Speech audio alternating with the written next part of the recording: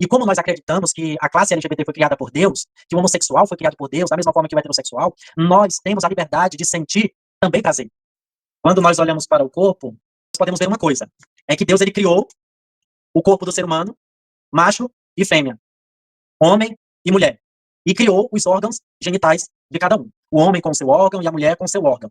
O corpo do ser humano, como na sua totalidade, ela tem terminações nervosas e através do nosso corpo nós sentimos. Através do nosso corpo, a nossa alma e o nosso espírito sente.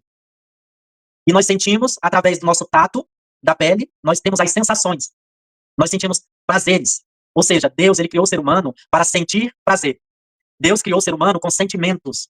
Deus criou o sentimento do homem para que ele pudesse desfrutar daquilo que Deus deu para ele. Ou seja, Deus ele deu tato, deu terminações nervosas na pele, para que nós possamos sentir o externo, sentir a outra pessoa, sentir a atmosfera, o ar, sentir o cheiro, sentir com o paladar, a língua. E também os nossos órgãos sexuais, eles têm terminações nervosas que nos dão prazer. E tudo isso foi criado por Deus. Então, o sexo e o prazer, ele foi criado por Deus. O corpo foi criado por Deus para sentir.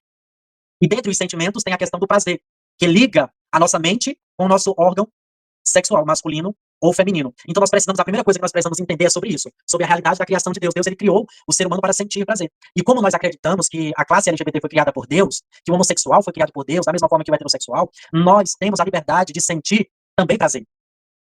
As religiões, os líderes religiosos, em sua maioria, querem tirar este acesso de prazer que nós temos. Eles colocam duas alternativas para o LGBT. A primeira é ele se tornar um celibatário, uma pessoa casta, ou seja, ele não pode praticar sexo. E a segunda alternativa que eles colocam é o LGBT ele casar com uma pessoa do sexo oposto. Ou seja, o gay ele tem que casar ou com um homem ou com uma mulher do sexo oposto. Então, nessas duas alternativas, eles estão tirando a nossa humanidade. Porque não podemos impedir os nossos sentimentos. O heterossexual ele não é impedido de amar. E o LGBT também, ele não pode ser impedido de amar.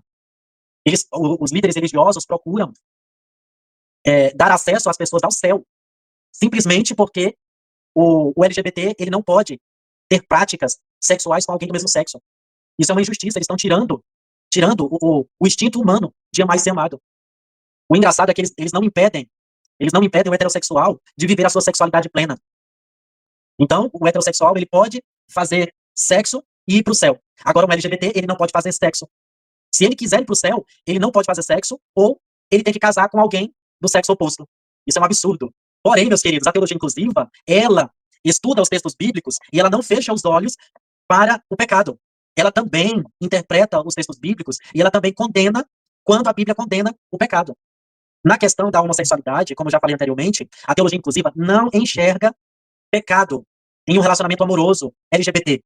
E nós vamos entender nas próximas aulas o porquê que a teologia inclusiva não vê condenação nesse sentido.